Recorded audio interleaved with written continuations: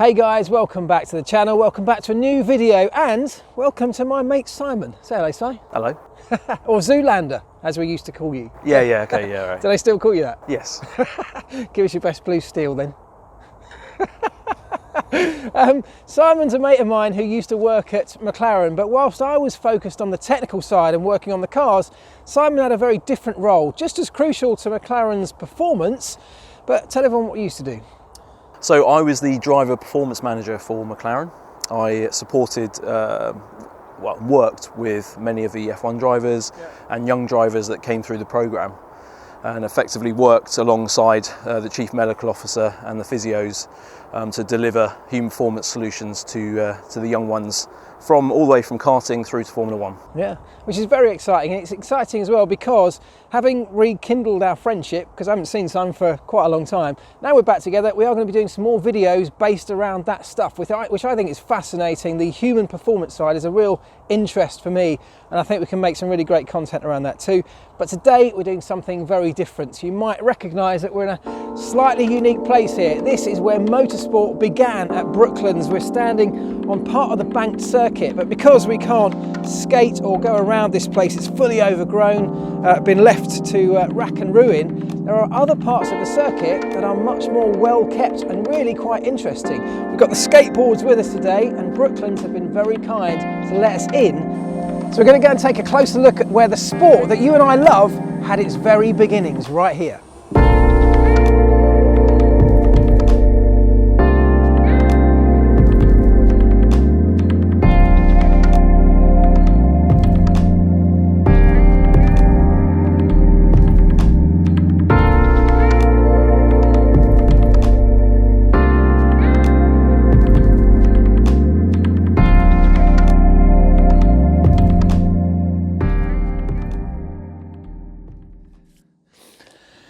It's an amazing place, isn't it?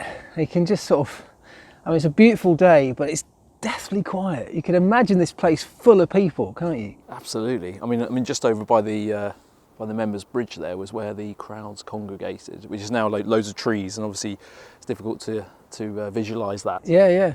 But they had hundreds of thousands of people here at times, didn't they? Yeah. Apparently it could hold up to 300,000 people. That's crazy. In Byfleet. That's crazy. And this banking, by the way, you can barely sit on it. It's so steep. I know. It was 30 feet high on the sort of highest point, and 100 feet wide.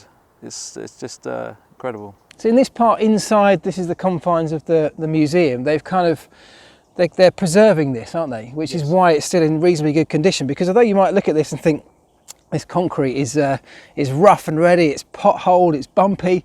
That's kind of how it was. Yeah, absolutely. They didn't use reinforced concrete at the time because it was too expensive. So that's why it was a pretty gnarly circuit.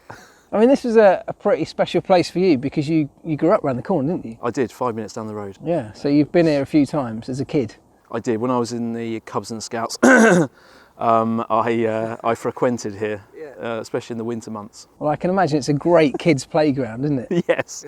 I'm not sure we were allowed to sort of come here tobogganing. Well, it was a little bit like my story at Brands. I grew up living next door to Brands Hatch, and in a similar way, you sort of sneak under the fence or get in however you could just to experience a little bit of motor racing. That's where my love of it all started. I imagine this must have played some part in you growing to love motorsport. It did. I mean, this is where it all started, obviously, as we talked about. Well, let's talk about some numbers then, because it's built just after the turn of the century. Yeah. So that was, what was it, 1907? It was, yeah. It started building in 1906, completed in 1907.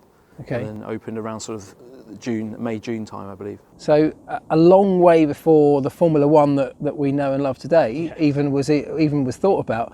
But this was kind of the birth of motor racing, because this is a place where, I guess, largely rich aristocrats, at first at least, would come and bring their big fancy cars and race them at incredible speeds around here.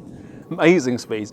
And did you know that the average car, or the sort of the Bentleys and the Bugattis, were £1,000 at the time, which was equivalent to 3 times the average sort of house price at the time in the UK. That's crazy, isn't it? So it was definitely a rich man's sport. I mean, you might say it still is. Yeah. And also spectator-wise, it cost £1 to get in here, and the average wage per week in the UK at the time was £6. So Wow. it was quite elitist. Well, that probably hasn't changed either if you think about it. I mean, it's not a cheap sport to be involved in, whether you're driving or watching, even in the modern day, is it? No, not at all. So it's interesting to think that its roots were exactly in the same place. Absolutely. And what about the speeds that were going around here? Because 1907, I mean, we're certainly not talking about modern speeds, but I mean, even cars on the roads were going incredibly slowly then. Yeah, I mean, the average speed limit in the UK was 20 miles an hour. And these 20? 20 miles an And we hour. can do more than that on these. Yeah, exactly. In fact, we should do that in a minute. We should do that. Let's see if we can hit 20 miles an hour then, yeah?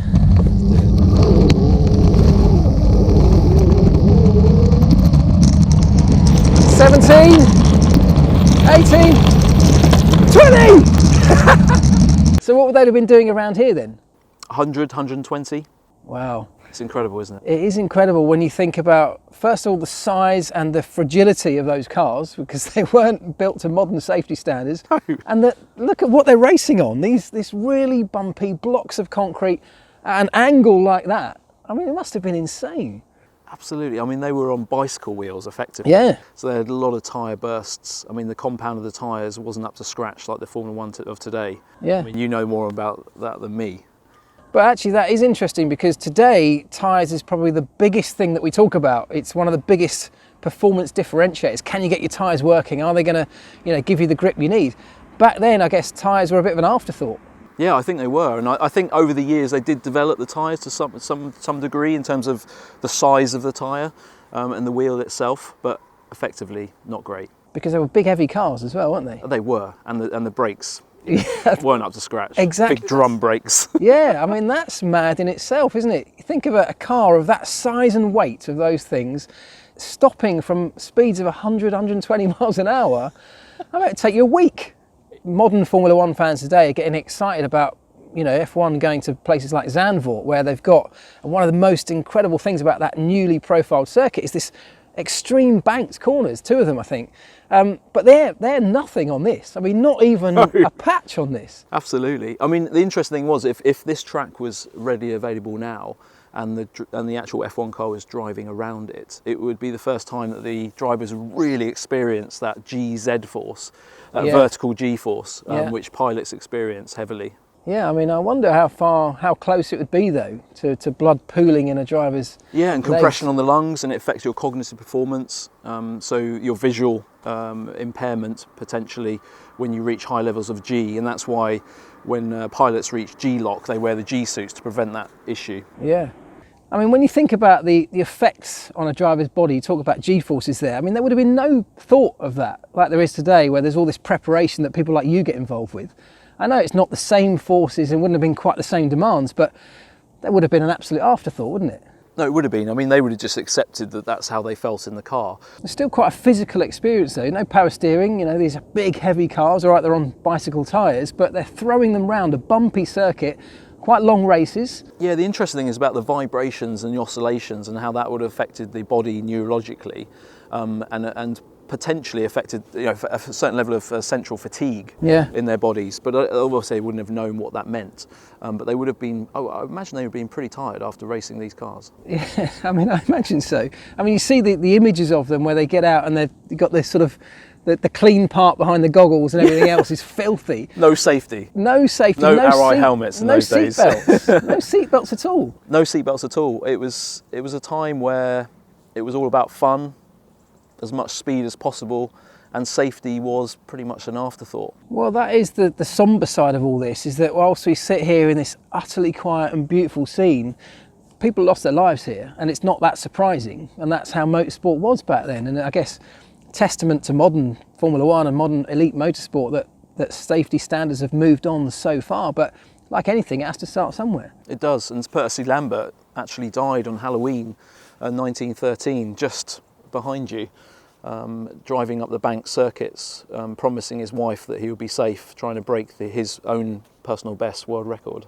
Yeah, I mean, it is that's an incredibly sad story, and there'll be loads of others like it. But people go into motorsport. Drivers, even today, get into a car knowing there's a certain amount of risk.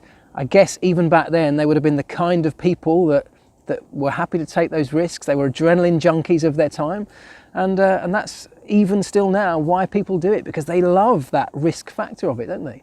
Yeah, I think as humans, our brains are wired to want to experience that level of danger. Yeah. And I think some people want to experience it more than others. And I think back then, with the speed limit only being 20 miles an hour and not having those places to actually go faster, this was the first time that they could experience that. Yeah. And how long was the circuit? Because we've got Brooklands here, the museum have preserved a certain section of it. Other bits have been taken up by the council and various other things. So the entire circuit, how big was it? It was just under 4.5 kilometres.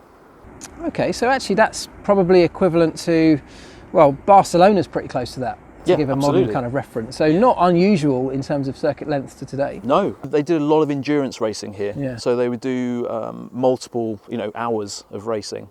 So this is effectively where the real endurance racing started. Yeah. And then, of course, so 1907 it was built, we started racing here, and then, war broke out and all sorts of changes to the world. So when did it eventually close, and why did it close? Why did it never remain as a racetrack? Well, sadly, the war, World War II, obviously World War I affected it, closed, but then it reopened, and motorsport was huge here. But then in 1939 it closed for good. Okay, such a shame, isn't it? Because this was the first ever purpose-built racetrack. So when we talk about motorsport being born here, it literally was. It was born here, and interestingly, the actual rules at the time, because they didn't really know how to sort of plan the rules, was based on horse racing. Oh, is that right? Yeah. So the drivers wore silks, Yeah. Coloured silks, weighing the scales. Betting sheds, everything really came from horse racing, and horse racing really was the birthplace of motor racing. Yeah, well, I guess that's it. You race whatever mode of transport is around at the time. So, well, I wonder what it will be in the future. These things. Absolutely. All right, well, look, it's amazing, really, really amazing. And also you do feel the sense of nostalgia sitting here, don't you? It feels like a very special place. I'm really pleased they've preserved this section of it at least, because it's just stunning, isn't it? And I think modern motorsport has got a lot to be grateful for this place right here, isn't it? Absolutely.